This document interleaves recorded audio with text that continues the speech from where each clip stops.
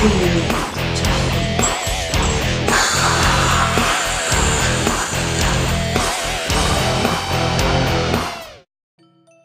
it's a love story between Horace Norbit and Elizabeth Bathory. Basically, Elizabeth Bathory got taken away from him back in the 17th century. And now we've got technology. Horace, well actually it's Max, that's his manservant, has seen a show, it's a ghost show. And Max says that Elizabeth has come back in Eileen, as Eileen's the presenter of the show. And they've brought them along on the pretense that there is actually ghosts in the house or paranormal activity, that the show would be great to film. Unbeknown to the team, the vampire wants to get rid of the two boys and take Eileen as his queen and a rightful place within the mansion and make her into a vampire again and hopefully live ever after with her. But things take a turn, a twist, and it's a horror, sort of horror comedy. Black, humorous. I wouldn't actually pigeonhole it. It's a sort of a little homage to Hammer, as everyone does that, you know, let's do a homage to Hammer. It's got a little, but it's a quirky, little, funny film. Hopefully that you, at the beginning, middle and end, it takes you on a journey, it makes you feel good, and it's got lots of subliminal messages in there, so I hope we all pick up on bits and pieces, just like Walt Disney. I'm playing Horace, the amazing Horace, the vampire of the main role of the film. It's totally out of my comfort zone. It's definitely something new for me, yeah. Well, it's the first big film I've done, so I've never really played an actual main role, one of the main roles anyway. So yeah, I mean, especially playing a vampire as well. I mean, it's just brilliant. I mean, Horace is he's just a brilliant character to play. Yeah, I've worked with a few companies over Birmingham. I've done projects for Eileen as well before, so yeah, I've done bits and pieces on Hollywood Portray. It's funny you should mention that, actually.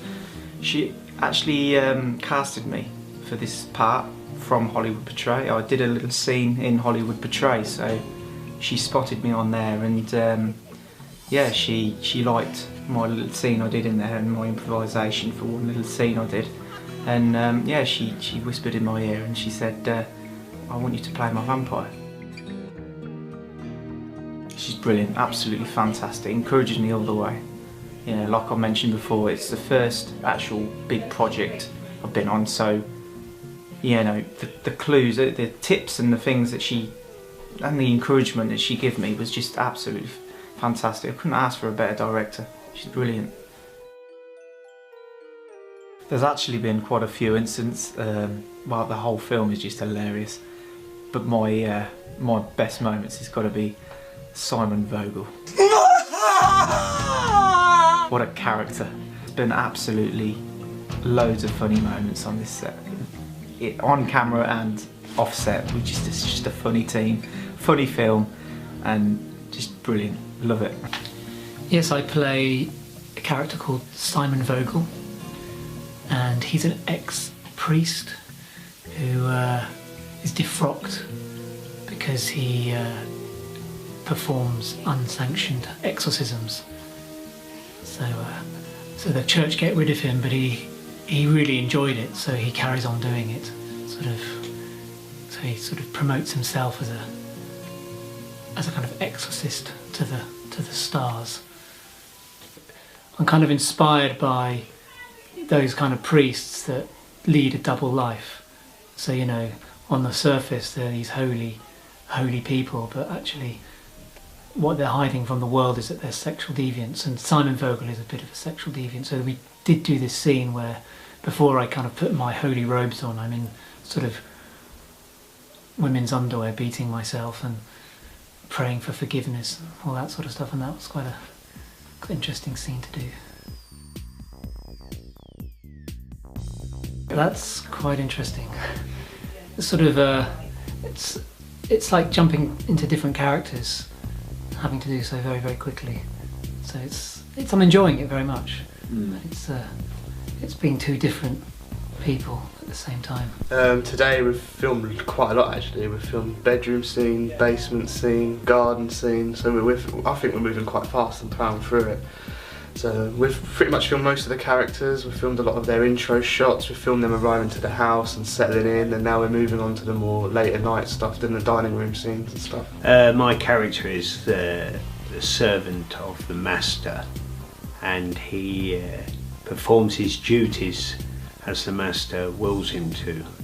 But secretly, I think he's a bit jealous of his mistress or vampiress, and wants to take the lead, but he knows he can't, and so he stays in his place, basically. Well, Lord Sebastian is a complete wacko, really. He's a self-obsessed, narcissistic, asexual stroke homosexual. Well, he's a bit of everything, really. He doesn't really have a distinct sexuality, I think. He's more of a sort of shall we say, a mishmash of different sexualities. It's almost like Johnny Bravo gone wrong, really, you know, without the macho bit, you know, check the pecs. However, he's also a very interesting character. As I've developed him, obviously he's one of the three ghost hunting team, and we're designed to be as over the top as possible and placed into a mockumentary style black horror comedy, and that's basically what we're here to shoot. And I'm working hard to make that character come to life and be as outrageous as possible in scenarios which should appear normal at times. That's what we're trying to, that's the magic, I think, that we're trying to look for. Well, the thing is, because obviously we've been capturing the hauntings by using the GoPros, and I think for this particular film it's quite good, because obviously it gives a bit more depth to the film rather than being quite flat, so you've got a different perspective. Compared to other shoots, I mean, we did use them slightly on the previous two shoots, but not as much, whereas this time we've been able to develop more, because obviously we've got a creative team, like with Jason, Impey and Eileen, and the three of us, we seem to, you know, generate more ideas and you know, put them into practice, and so it's added a lot of depth to this film, I think. I quite like the style we're shooting this, because we're quite raw and flying through it, and you know, breaking rules a bit and hanging lights off shelves and things like that. So doing that makes us move a lot faster. So I prefer working like that because it's more constructive. We're getting more done, and we do have two cameras rolling a lot of the time for the master shot. So we're covering close and mid at the same time. So if we get a good take, we've got a good take. We haven't got to worry about redoing it again. And if we do another take, because there's two cameras, I can, in the edit, because I'm editing it as well, I can cut between the two a lot easier for continuity. So it's a very fun and proactive way of shooting, I think. I'm a bag of nerves. I've got anxiety. I don't eat that much. You know, I'm feeling sort of like. And then once I'm on day one, it's always slow. It's always too slow. I'm thinking we haven't got enough time. We're not going to get it all done. We won't get the cutaways. Oh my God, we've only got. How many scenes have we done? And I say to Rainey, she's my assistant director, and I say, how many scenes have we done now, darling? How many? You know, because I'm constantly thinking, you know, oh my God. But as the days go through, this is the third day. This is the third day, and I'm really pleased. I love directing, I love writing, and I love acting. So you know, it's kind of I've got a great team that I work with, actors and behind and crew. That's tough, really. Filming the shower scene was tough because covering Sam up was quite hard. He was quite hard to cover up with I've exposed him a bit, so I'm going to have to have a look in the edit to see how I can not expose him so much, really. I wouldn't really change much about this one. Usually as an independent filmmaker, time's an issue, you run out of time, but we haven't run out of time because we haven't had to compromise on any shot. We've got all the shots, and if not more than what we wanted, so I'm pleased with that, and everyone's been good to work with, so yeah, there's no regrets on this one, no. Play with the piano. And then we've got the interviews, which is day one, this costume, where you'll be sitting in here doing your interviews, all three of you. Great.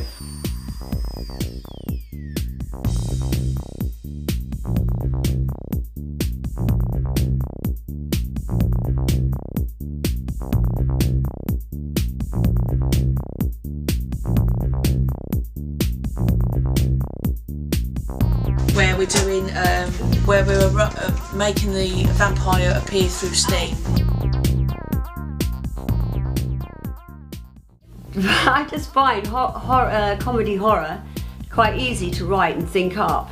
There's all little sort of like bits and pieces that I add in my normal life that I've added into my film scripts, which is kind of, I was saying to Rainey last night when we were in the pub, you know, there was a time when I was about 8 years old and me and my friend went into the laundrettes because it was cold and we were sort of mucking around in the laundrette, sort of kicking our legs on the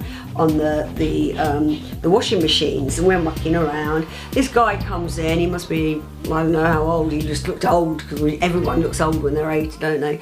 And he sat there with a newspaper, he had no washing, he had nothing, and all of a sudden we were playing, next thing we know he had 2 holes in the newspaper, and he was watching us sort of like kicking our legs and playing through the holes. Now over the years, so I sort of incorporated little bits and pieces in my life into the script that I find is really, really weird, where I got Max walking around through a painting having a look at us but thinking that he can't be seen.